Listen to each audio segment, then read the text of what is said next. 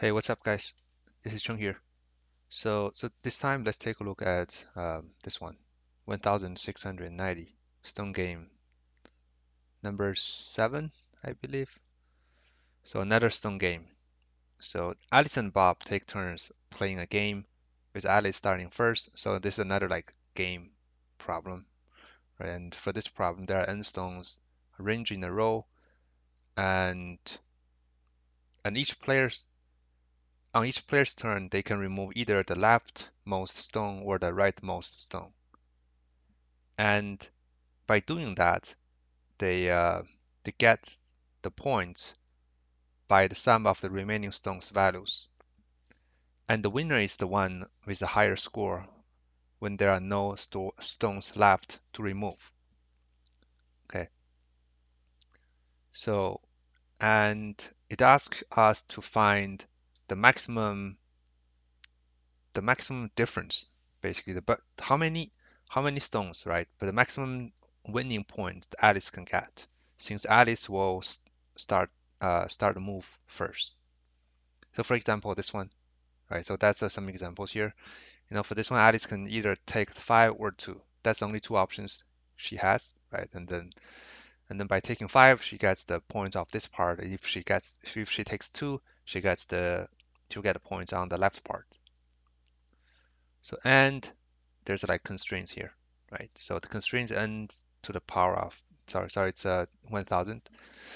So I mean the brute force way is the every time we just basically we just do a DFS search, and every time at each of the numbers we have two options. We either take the left one or take the right one. But obviously that's not gonna it's not a good solution because the time complexity will be 2 to the power of 1000, right? So because that will definitely TLE.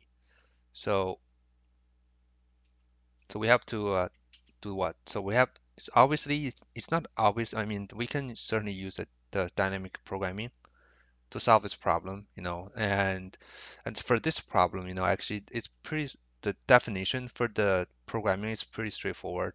Basically, the DP it's just the I and J, right? So or I call it left to right, left and right. This may be better to understand. Basically, from left to right, and for the left and right, what's the maximum difference? What's the maximum difference the person who's going to take this left and right stones can get, right? And the difference for this one is the state transition function is also kind of straightforward, right? So once this person takes the leftmost one, right? So we have dp uh, left plus one, right? And then right, that's going to be the remaining parts, and then we'll plus the difference. Sorry. So let's say for this part there's like a point. Let's say there's a P1 from here to here, right? That's P1, and then from here to here, this is P2. So by taking the leftmost one, and this person will get P1, right? And then since we're defining like this is gonna be the most winning points the current person can get. So by taking the first one, so we need to we need to subtract the numbers taking from the next step because the next person will start from this state, which is dp l plus 1 and then r. Okay, right. So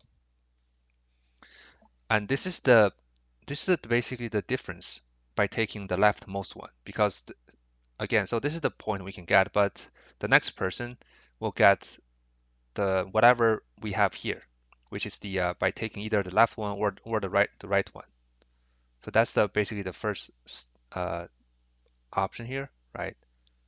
And the second option is of course so the current person will take the right one, the rightmost one. That's going to be the P2, and then we're going to have like similar thing dp l to r minus 1, right?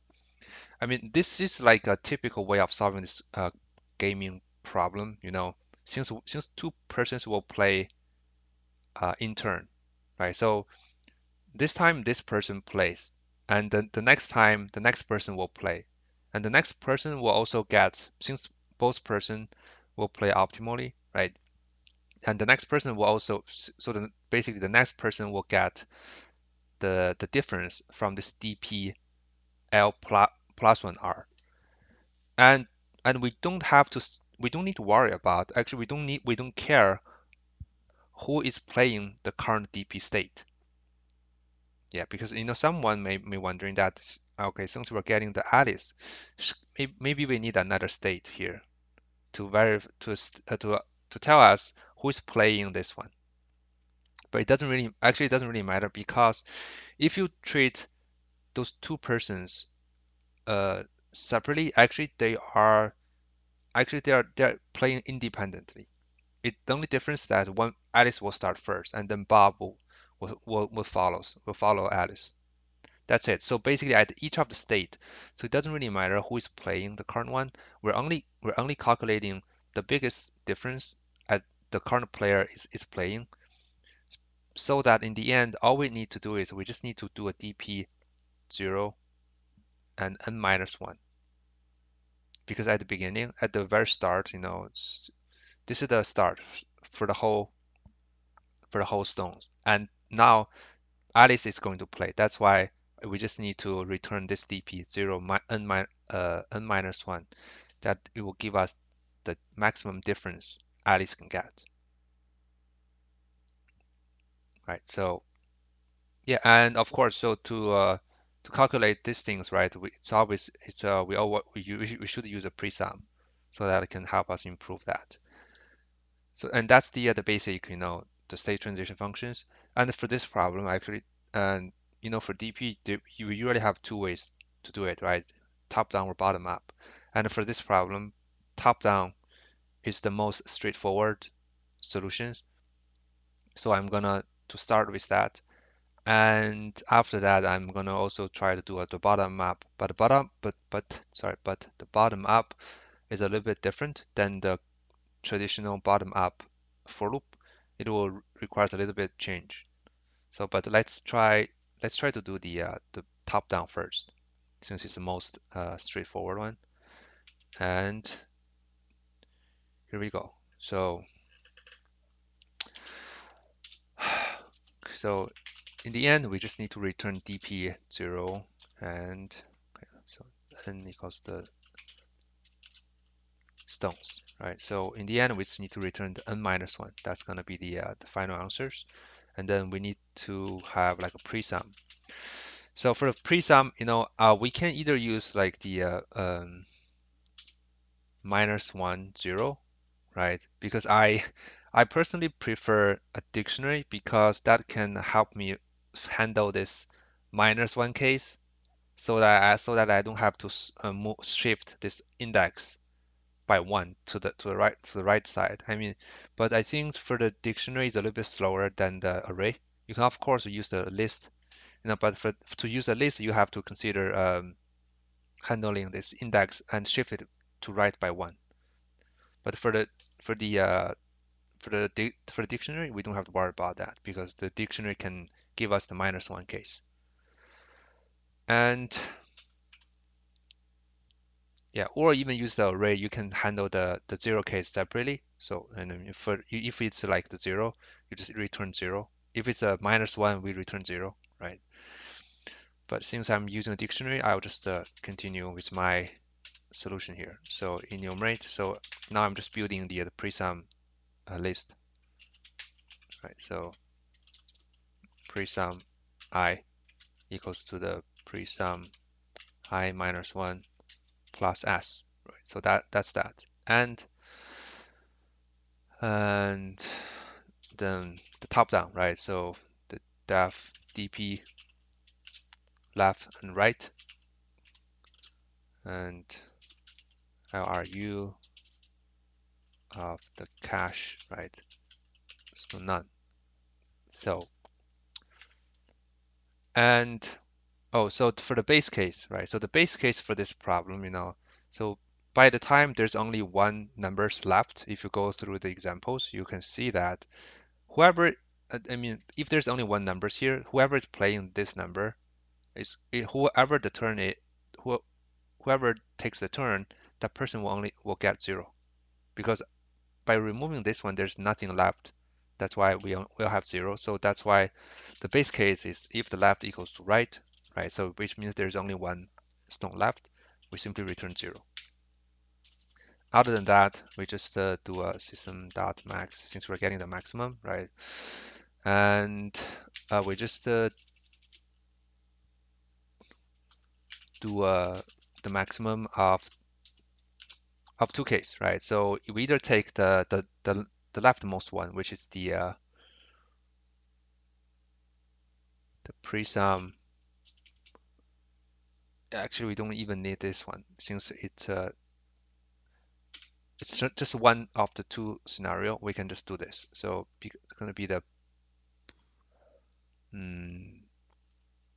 pre-sum, right? So the pre-sum L, sorry, right minus pre-sum left, and then we plus minus, right? So that's the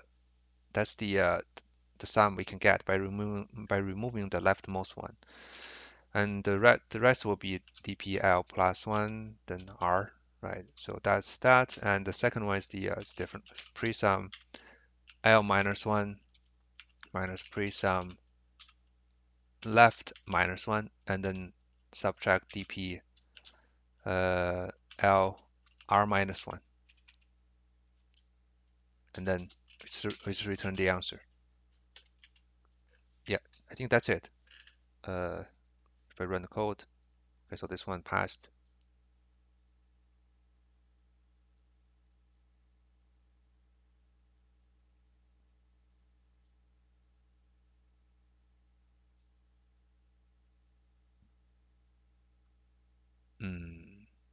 Time limit exceeded.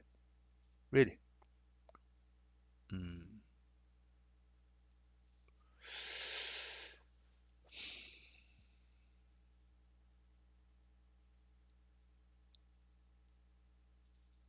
What if I do this?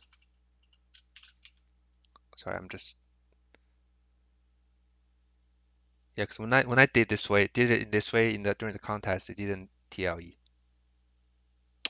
Okay, so that's what happens basically. So for this problem, the top down is a little bit. There's some, I don't know, there's some bug or issues in the online judge. Basically, if you don't limit the cache uh you use, you get the TLE. And so that's why, if you do a none here, right? So usually it's fine because this is the time complexity, just like the n square, right? So it's the n square because that's the 11, right? They are both n here. I don't know why this. I think it's the online judge issue. So it's just the n square shouldn't be a problem. But if you don't limit this none here, it will TLE for some reason. It's really weird.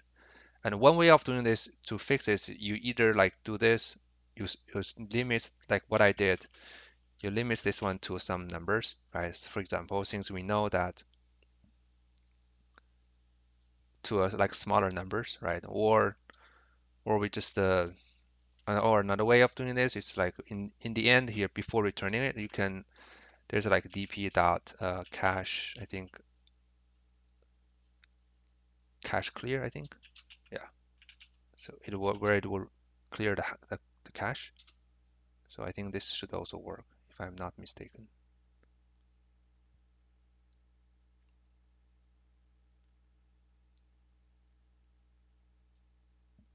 Hmm. All right, for some reason this one didn't work. And oh, I see. Sorry. So yeah, so for this one, we have to do this. Yeah, we have to call the DP first, and then we do the DP cache clear, and then we we return the answer.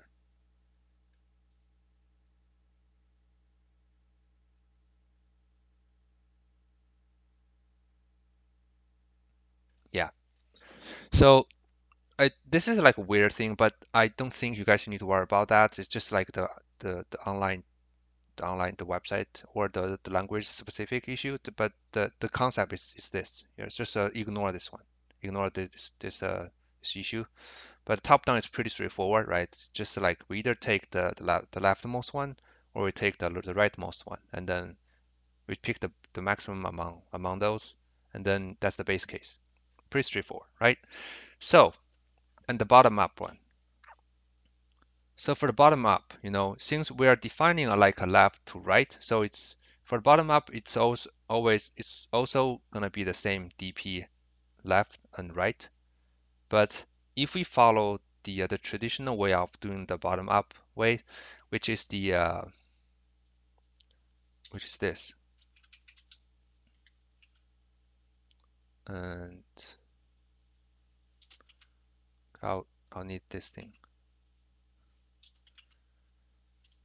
which is the L and right, and the way we're doing the for loop for the bottom up is something like this, right? For I in range of up to n, and then for j in range of up to I, something like this, right? And then basically for each of the stones, and for the stone here, we're trying to get we're moving the i's we're moving the i's forward. We can do it either from the in the front from start or from the end. And every time when the I is here, we're trying to calculate all the substrings within the i's here. Okay. But for this one, it won't work because the way the game is being played. This is because the current one, the I and J, it could be uh, it could be removed from either the left or the right one. So what does it mean? It means that if we remove from the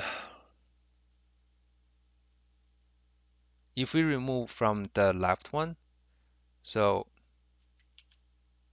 by the time we remove the left one, the remaining parts, so the dp of L plus 1 has not been calculated yet, right? Because we're calculating from left to right. So let's say we have R here, and we have this is R, this is the left. So by the time we calculate this one, the dp R L plus 1 has not been calculated yet.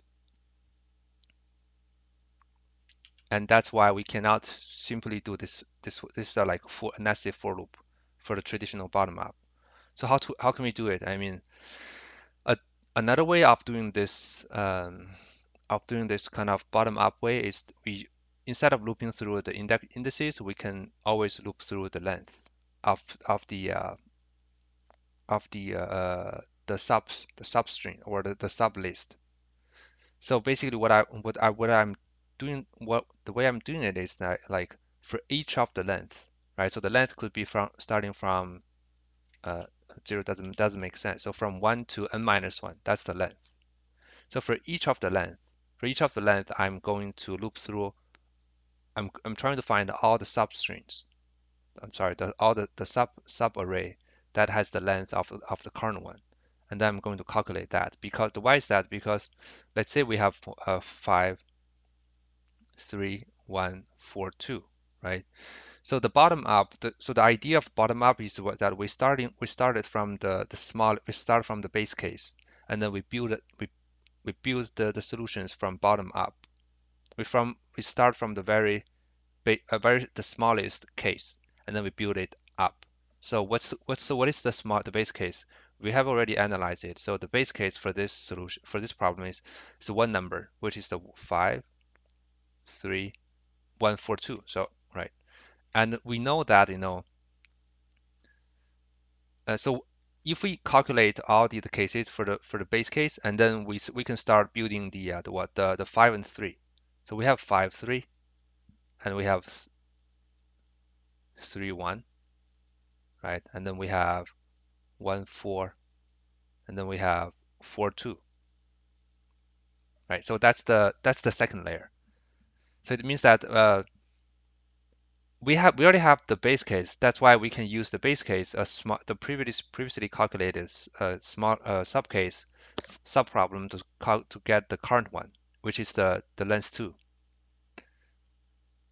right? Like I said, since we cannot from can do it from one side, that's why we have to use the length. Basically, and then from this one we can just do another one. We can do a 3, right? 5 3 1, and then we have this is gonna be the what 3 1 4, right? And then 1 4 2, right? So as you can see here, for this current one, right? So since we are going to remove either the left one or the right one, and by removing the left one, what we're ending up is like it's another sub problem. It's a length 2. Same for removing the right one. We end up with another sub array which is a length 2. That's why since this problem can either do it from left or right, that's why we have to do the loop. The first loop is gonna be the length, and then we build it starting from there. Cool. So and all right, so the length is okay. So for that, let's create like DP, right? So the DP is 0. So at the beginning we have 0, and for this thing in range 0 in range n. And and the reason I use 0, not the minimum, the maximum of the negative values, is because so that I don't have to initialize those numbers who has the length 1. Right? Because like I said, for those like the one number case, they should have they all should have 0. That's why I initialize everything to 0 so that when I start looping the length here, I can start looping from 2 instead of 1, because for all one case, they already been set to 0. That's why we have 2 to n plus 1. Yeah, since this is the length, that's why we need a length n. And then we have a left, right? So the left, uh, that's going to be the n minus length plus 1, right? So that's the left one. And with the left and the length, we can easily get the right will be a left plus the length minus 1, right? So and then we can just follow what we have before, right? So the left and right is equal to the max of I can basically copy these things here. The only difference is that I have to change this one to a list, right? So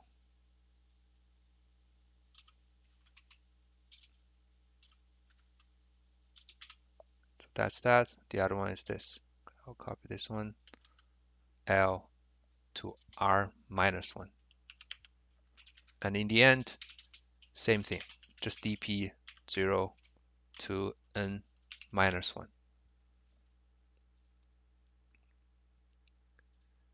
Yeah, I think that's it. So if I run the code, all right, and if I submit,